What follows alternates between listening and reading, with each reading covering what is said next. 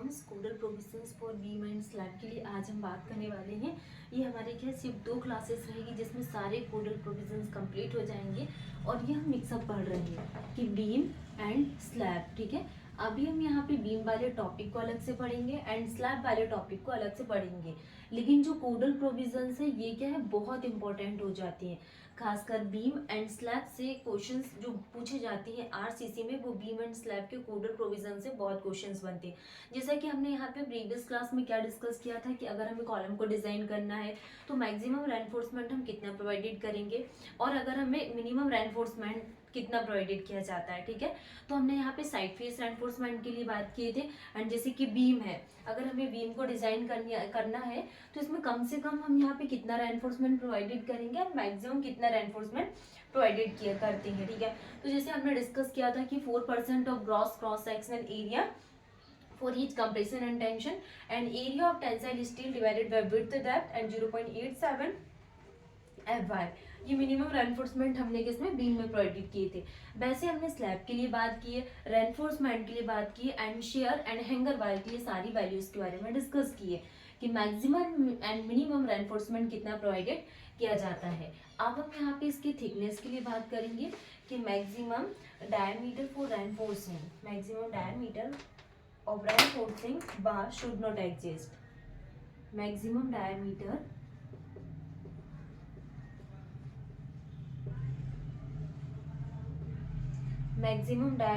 of reinforcing maximum diameter of reinforcing bar should not exist.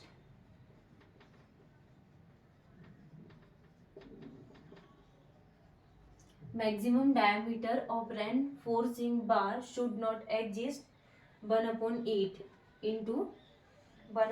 into thickness of slab into thickness of slab। ठीक है, तो ये हमने codal provisions for beam and slab में बात की कि maximum diameter of reinforcing bar should not exist 1/8 into thickness of slab and maximum distance between bar, maximum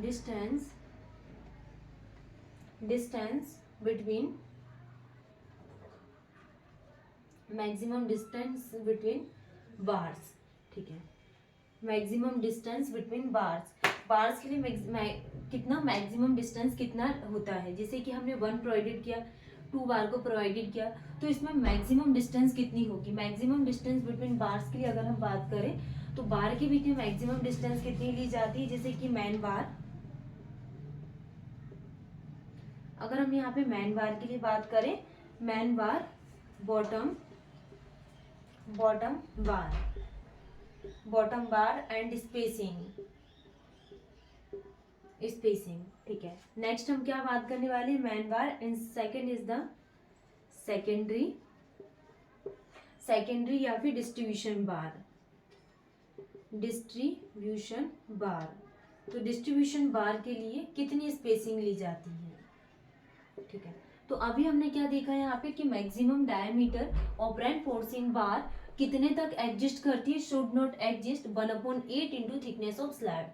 जो स्लैब की थिकनेस ली जाती है वो कितनी होती है, 1/8 into thickness of slab.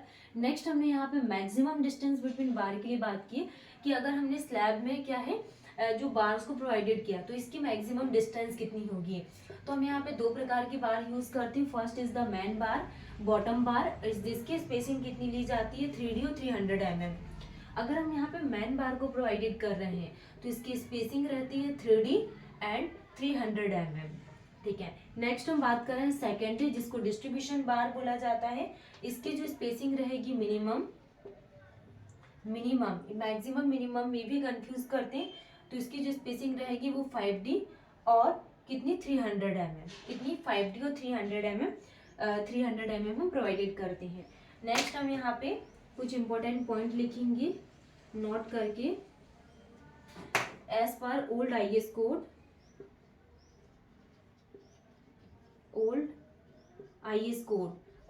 Code के अकॉर्डिंग ओल्ड आईएस कोड कितना यूज कर रहे हैं 456, स्पेसिंग इज 450 mm। तो as per old I S code 456 के अकॉर्डिंग हम कितना यहाँ पे स्पेसिंग प्रोवाइडेड करते 450 mm in secondary distribution bar, in secondary या डिस्ट्रीब्यूशन बार।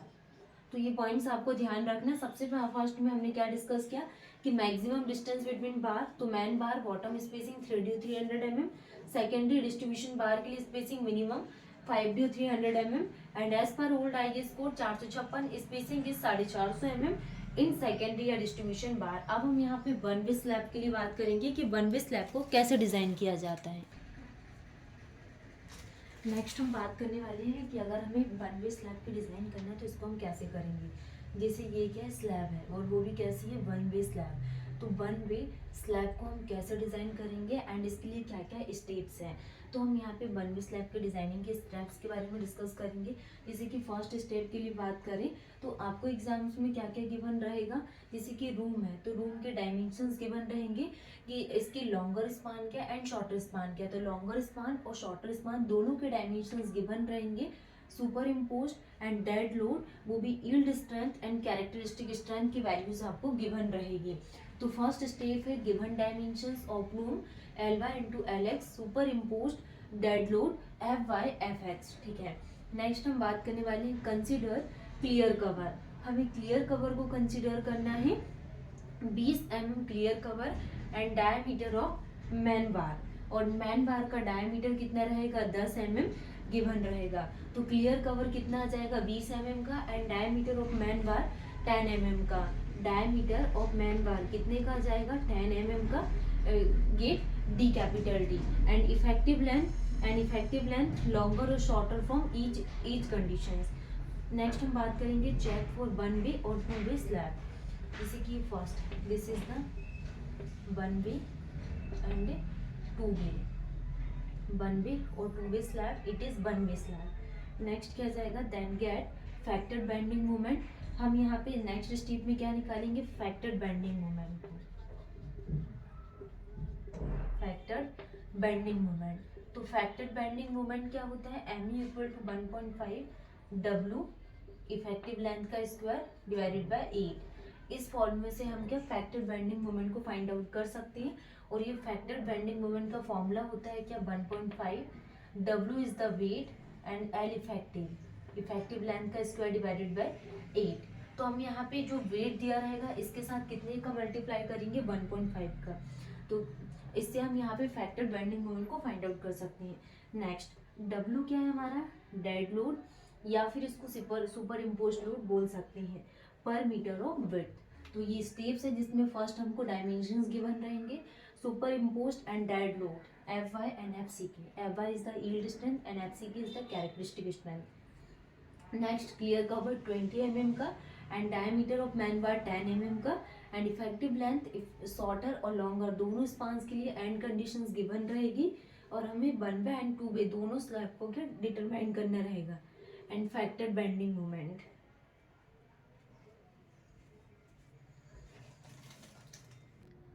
नेक्स्ट हम बात करने वाले हैं और जो पॉइंट्स रिमेनिंग रहा, जैसे कि अगर हमें वन वे स्लैब की डिजाइनिंग करना है तो किन किन पॉइंट्स का हमें ध्यान रखना है। तो हमने प्रीवियस और भी पॉइंट डिस्कस कर लिए। अब हम यहाँ पे बात करने वाले जैसे कि अगर हमें रिक्वायर्ड चेक या फिर रिक्वायर्ड डेप्थ को फाइंड आउट करना है, इसके लिए चेक कैसे लगाया जाता है एंड क्या फॉर्मूलाज यूज करेंगे। तो चेक फॉर डी रिक्वायर्ड में क्या जाएगा यहाँ पे MU factored bending moment is less than equal to 0.36, Fck क्या characteristic strength and axial lim, B क्या है width and D minus 4 to axial lim. ये क्या lever arm and lever arm में क्या जाएगा डेप्थ -4 टू एक्सियल लिम।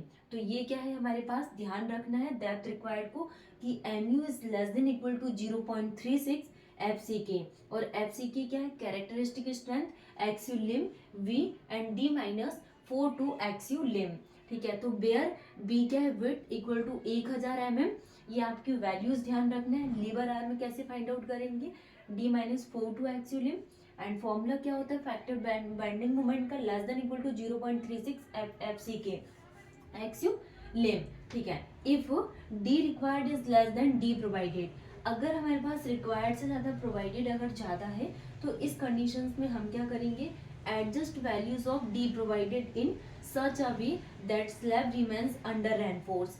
तो जो स्लैब है, slab remains under reinforce. Get area of tensile steel MU equal to 0.87 FY AST क्या है, एरिया ऑफ टेंसाइल स्टील। तो डी प्रोवाइडेड, तो जो हम डी प्रोवाइडेड करेंगे उसको 0.42 XU से माइनस कर देंगे, ठीक है। तो XU का क्या फॉर्मूला निकल कर आएगा, 0.87 FY area of tensile steel divided by 0.36 FCK and 1000। तो ये फॉर्मूला आपको ध्यान रखना है, XU equal to 0.87 FY AST divided by 0.36 FCK and 1000। अगर हमें minimum area of tensile steel निकालना है, check for area of tensile steel minimum, तो area of tensile steel is greater than area of tensile steel minimum, ठीक है। Spacing between bars, अगर हमें bars के बीच की स्पेसिंग निकालना है तो ये कैसे आ जाएगा, यहाँ पे 1000 divided by area of tensile steel divided by क्या आ जाएगा, pi by four phi square. 1000 में से area of tensile steel divided by pi by four phi square को हम क्या कर देंगे, डिवाइड कर देंगे, जिससे बार्स के बीच की स्पेसिंग क्या निकल जाएगी। Next, get number of bars needed and provided distribution bar, और डिस्ट्रीब्यूशन बार को प्रोवाइडेड कर देंगे similarly and check its spacing. इससे हम क्या फाइंड आउट कर लेंगे, इसकी स्पेसिंग को। नेक्स्ट, चेक फॉर डेवलप बार, जो डेवलपमेंट बार लेंथ है इसके लिए हम यहाँ पे चेक करेंगे development length and design for share. Final diagram क्या शो करेगा, cross section of slab and details of bar and spacing in slab. तो पॉइंट्स है जो आपको ध्यान रखना है। फर्स्ट हम यहाँ पे डी रिक्वायर्ड को फाइंड आउट करेंगे, MU is less than equal to 0.36 FCK and XU lim and B D minus 42 XU lim, where B क्या है, विड्थ 1000 mm, ठीक। नेक्स्ट हमने क्या देखा कि D required is less then D provided, इसकी वैल्यू को हम क्या करेंगे, फैक्टर बेंडिंग मोमेंट निकाल लेंगे 0.87 FY AST, ठीक है। फिर हमने क्या देखा, एरिया ऑफ टेंसाइल स्टील ज़्यादा रहेगा मिनिमम से। नेक्स्ट हम बात करने वाले हैं कि design for to way slab के लिए, कि टू वे स्लैब की वैल्यूज़ को कैसे फाइंड आउट करेंगे। नेक्स्ट हम बात करने वाले हैं design of two way slab के लिए। तो design of two way slab में क्या जाएगा, यहाँ पे types of two way slab, कि टू वे स्लैब के क्या क्या टाइप्स हैं एंड इसके मेथड्स ऑफ एनालिसिस, और कौन कौन सी मेथड्स का यूज़ करते। तो types of two way slab में क्या जाएगा, slab simply supported, slab simply supported, slab क्या है, simply supported, one the four edges with corner, one the four edges with corner not held down, with corners not held down and carrying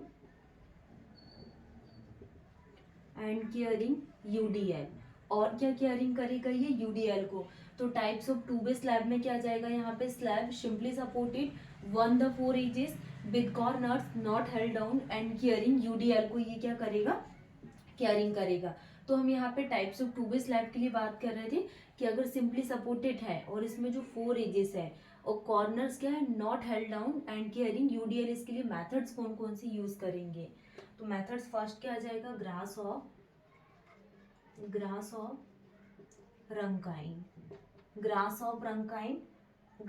Rankine method, ठीक है। Next हम बात करने वाले हैं कि slab with ages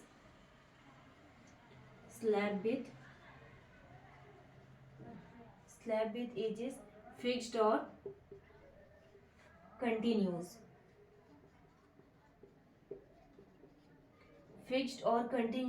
and carrying UDL, ठीक है। तो हम यहाँ पे types of two way slab में बात कर रहे हैं कि स्लैब विथ एजेस फिक्स्ड और कंटिन्यूस है और ये केयरिंग कर रहा है UDL को। तो IS कोड मेथड, हम कौन सी मेथड का यूज करेंगे, IS code method. Slab simply supported,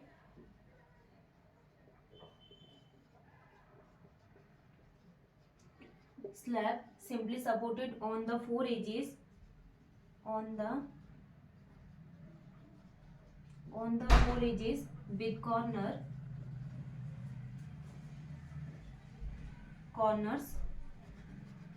held down। तो यहाँ पे स्लैब के लिए हम बात करें तो कौन कौन सी मेथड आ जाएगी। First is the Pigeaud's method. Next हम बात करने वाले हैं Marcus method. Next IS code method. ठीक है, तो जब भी हमने codal provisions for beam and slab के लिए बात की, ये सारे कोडल प्रोविजंस कंप्लीट हो गए। और ये 2 बे स्लैब और मेथड्स तो हमारी ये पूछी जाती है एग्जाम में, जैसे कि slab simply supported on the four edges and जो कॉर्नर्स हैं not held down and carrying UDL, तो इसमें ग्रास और प्रंकाइज मेथड्स का यूज किया जाता है। नेक्स्ट हमने slab with edges fix and continuous जो बीम है वो क्या कैरी कर रहा है यूडीएल को, इसके लिए हम यूज करते हैं आईएस कोड मेथड का। नेक्स्ट हम बात करने वाले हैं स्लैब अगर सिंपली सपोर्टेड है on the four edges with corners held down, तो मेथड ऑफ एनालिसिस में क्या जाएगा, पिगार्ड्स मेथड, मर्कस मेथड और आईएस कोड मेथड का यूज करते हैं। तो ये यूनिट पूरी कंप्लीट हो गई सारे कोडल प्रोविजंस बीम एंड स्लैब के लिए। नेक्स्ट हम यहाँ पे शेयर वाला टॉपिक स्टार्ट करेंगे।